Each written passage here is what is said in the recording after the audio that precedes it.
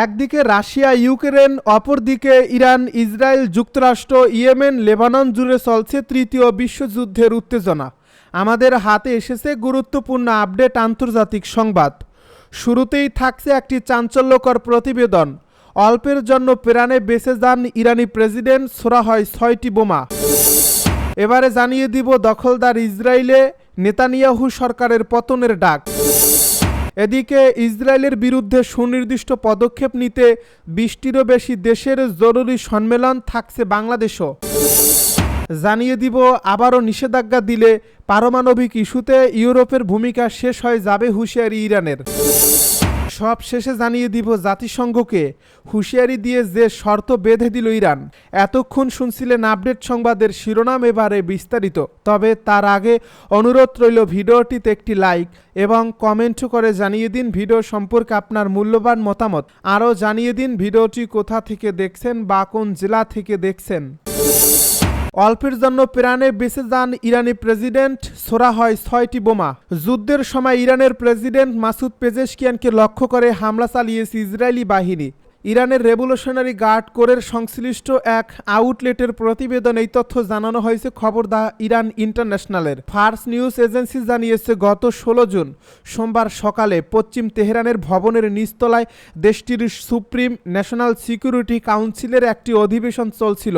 তখন ইসরায়েলি বাহিনী আক্রমণ চালায়। রিপোর্টে বলা হয়েছে বৈঠকে মাসুদ পেজেশকিয়ান ছাড়াও পার্লামেন্টে স্পিকার মোহাম্মদ বাঘের গালিবাব, বিচার বিভাগীয় প্রধান মোহসেনি এজেই এবং দেশটির অন্যান্য ঊর্ধ্বতন কর্মকর্তারা উপস্থিত ছিলেন। পালানোর রাস্তা বন্ধ এবং বায়ু প্রবাহ ব্যাহত করতে ভবনের প্রবেশ ও প্রস্থান পথ লক্ষ্য করে ৬টি বোমা ও ক্ষেপণাস্ত্র হামলা চালানো হয়। বৈরুতে হিজবুল্লাহ নেতা হাসান নাসরুল্লাহকে হত্যার জন্য পরিকল্পিত একটি অভিযানের আদলে এই আক্রমণটি তৈরি করা হয়েছিল।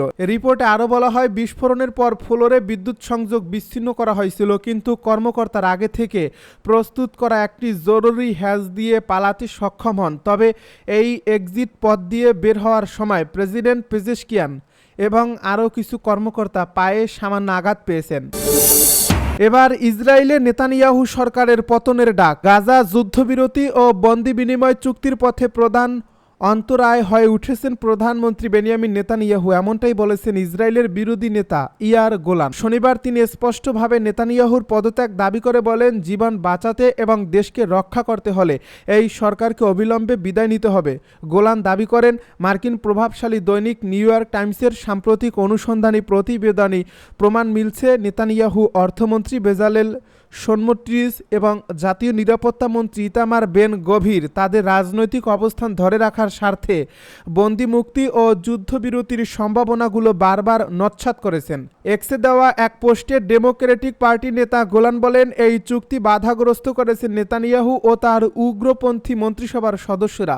সেনা ও বন্দীদের জীবন তাদের কাছে ততটা গুরুত্বপূর্ণ নয় যতটা গুরুত্বপূর্ণ নিজেদের মন্ত্রিত্ব ও পদ রক্ষা করা। তিনি আরও বলেন, নেতানিয়াহু, সোমোট্রিচ ও বেন গভির হল চরমপন্থী সংখ্যালঘু গোষ্ঠী যারা পুরো দেশকে এক নির্মম নরকের দিকে ঠেলে দিচ্ছে। বারবার শান্তি প্রচেষ্টা বানচাল করে এরা নিজেদের অস্তিত্ব টিকে রাখার খেলায় মেতেছে। গোলানের এই কঠোর মন্তব্য এমন সময় সামনে এলো যখন নিউ ইয়র্ক টাইমস তাদের তদন্ত প্রতিবেদনে জানায়, গাজায় যুদ্ধ দীর্ঘায়িত করার সিদ্ধান্ত ছিল মূলত রাজনৈতিক। এতে বলা হয়, নেতানিয়াহু এবং তার ডানপন্থী জোটসঙ্গীরা গাজায় যুদ্ধ ও মানবিক সংকট অব্যাহত রেখে নিজেদের ক্ষমতা ও জনসমর্থন ধরে রাখার কৌশল বেছে নিয়েছেন। এদিকে বন্দি বিনিময় চুক্তি দ্রুত কার্যকরের দাবিতে ইসরায়েলের রাজধানী তেল আবিবে শনিবার রাতভর হাজারো মানুষ বিক্ষোভ করেছেন। বিক্ষোভকারীরা যুদ্ধ বন্ধ করে গাজায় আটক থাকা ইসরায়েলি বন্দীদের দ্রুত দেশে ফিরিয়ে আনার জোর দাবি জানান। ইসরায়েলের বিরুদ্ধে সুনির্দিষ্ট পদক্ষেপ নিতে ২০টিরও বেশি দেশের জরুরি সম্মেলন থাকছে বাংলাদেশও।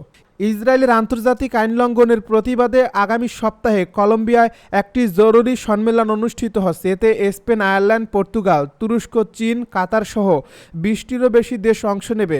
সময় বিবেচনায় অত্যন্ত গুরুত্বপূর্ণ এ সম্মেলনে বাংলাদেশেরও প্রতিনিধি পাঠানোর কথা রয়েছে। সংশ্লিষ্ট কূটনীতিকেরা মিডল ইস্ট আইকে জানিয়েছে, সম্মেলন থেকে ইসরায়েলের বিরুদ্ধে সুনির্দিষ্ট পদক্ষেপ ঘোষণা করা হবে বলে আশা করা হচ্ছে। দক্ষিণ আমেরিকার দেশ কলম্বিয়ার রাজধানী বোগোটায় আগামী 15 থেকে 16 জুলাই এ সম্মেলন হবে। দ্য হেগ গ্রুপের যৌথ সভাপতি হিসেবে কলম্বিয়া ও দক্ষিণ আফ্রিকা সম্মিলিতভাবে এটি আয়োজন করছে। ইসরায়েল ও তার শক্তিশালী মিত্রদের পৃষ্ঠপোষকতায় চলমান আন্তর্জাতিক অপরাধের দায় মুক্তির সংস্কৃতি রোধে আইনি ও কূটনৈতিক পদক্ষেপ নেওয়ার উদ্দেশ্যে চলতি বছরের শুরুতে দ্য হেগ গ্রুপ গঠন করা হয়।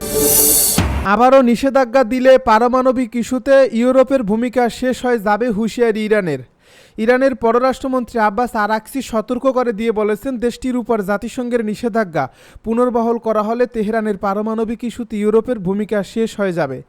2015 সালে ইরানের পারমাণবিক কর্মসূচি নিয়ে দেশটির সঙ্গে ফ্রান্স, জার্মানি, যুক্তরাজ্য, যুক্তরাষ্ট্র, চীন, রাশিয়া ও ইউরোপীয় ইউনিয়নের যৌথ সমন্বিত কর্মপরিকল্পনা বা জেসিপিএ চুক্তি স্বাক্ষরিত হয়েছিল।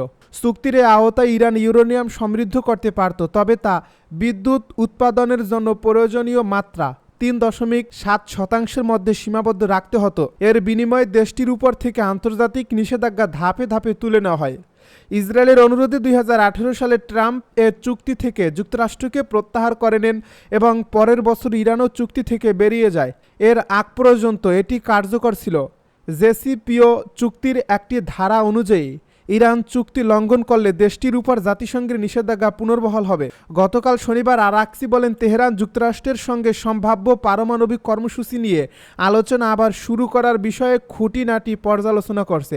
তিনি আরও বলেন, আমরা আলোচনা শুরুর সময় স্থান, কাঠামো, উপাদান এবং সম্ভাব্য আলোচনার জন্য ইরানের পক্ষ থেকে যে নিশ্চয়তা প্রয়োজন তার সব কিছু খতিয়ে দেখছি। জাতিসংঘকে হুঁশিয়ারি দিয়ে যে শর্ত বেঁধে দিল ইরান, ইন্টারন্যাশনাল অটমেটিক এনার্জি এজেন্সির সঙ্গে পুনরায় সম্পর্ক স্থাপনে সরাসরি শর্ত জুড়ে দিয়েছে ইরান।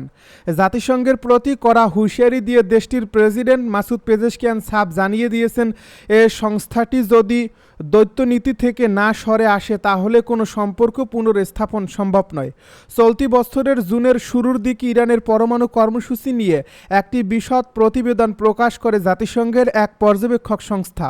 সেখানে দাবি করা হয়, ইরানের কাছে বর্তমানে রয়েছে প্রায় 450 কেজি 60% বিশুদ্ধ ইউরেনিয়াম, যা 90% উন্নীত হলে সহজেই পারমাণবিক অস্ত্র তৈরি করা সম্ভব। এই প্রতিবেদনের এক সপ্তাহের মধ্যেই 13 জুন ইসরায়েল ইরানে বিমান হামলা চালায়। এর পাল্টা জবাবে ইরানও ক্ষেপণাস্ত্র হামলা চালায় ইসরায়েলের দিকে।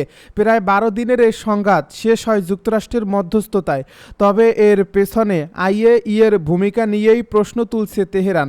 ইরানের অভিযোগ, এ প্রতিবেদনটি ছিল পক্ষপাতদুষ্ট এবং তা ইসরায়েলের হামলার পক্ষে অজুহাত হয়ে দাঁড়ায়। এই প্রেক্ষাপটে 25 জুন ইরানের পার্লামেন্টে একটি বিল পাশ হয় যাতে আইএইএর সঙ্গে সকল ধরনের সহযোগিতা স্থগিতের সিদ্ধান্ত গৃহীত হয়। প্রেসিডেন্ট মাসুদ পেজেশকিয়ান এই বিলটিতে স্বাক্ষর করে বিষয়টিকে আইনে পরিণত করেন, যার ফলে সংস্থাটির সঙ্গে তেহরানের সব যোগাযোগ ও সহায়তা বন্ধ হয়ে যায়। যুদ্ধবিরতির পর জাতিসংঘ ও আইএইএ ইরানকে আবারও সহযোগিতার টেবিলে ফেরার আহ্বান জানায়। সংস্থাটির পক্ষ থেকে বলা হয়, মধ্যপ্রাচ্যে টেকসই শান্তি এবং স্বচ্ছ পরমাণু তৎপরতার জন্য ইরানের অংশগ্রহণ অত্যন্ত গুরুত্বপূর্ণ। তবে তেহরান সরাসরি ফিরতে অস্বীকৃতি জানিয়ে একটি শর্ত সামনে আনে। রাষ্ট্রীয় বার্তা সংস্থা ইরান এবং বার্তা সংস্থা রয়টার্স জানায়, ইউরোপীয় ইউনিয়নের প্রেসিডেন্ট আন্তোনিও কস্তারের সঙ্গে ফোনালাপে প্রেসিডেন্ট পেজেশকিয়ান বলেন, কোনো আন্তর্জাতিক সংস্থা যদি নিরপেক্ষতা হারায় তাহলে তার বিশ্বাসযোগ্যতা নিয়েই প্রশ্ন উঠবে। তিনি ছাপ জানিয়ে দেন, আইএইএ যদি তাদের দ্বৈতনীতি পরিত্যাগ না করে তাহলে ইরানও সংস্থাটির সঙ্গে সম্পর্ক পুনর্স্থাপন করবে না। এ ফোনালাপে প্রেসিডেন্ট পেজেশকিয়ান আরও বলেন, ভবিষ্যতে যদি ইরানকে লক্ষ্য করে আবারও হামলা হয় তবে জবাব হবে আগের চেয়ে আরও কঠোর এবং নিখুঁত।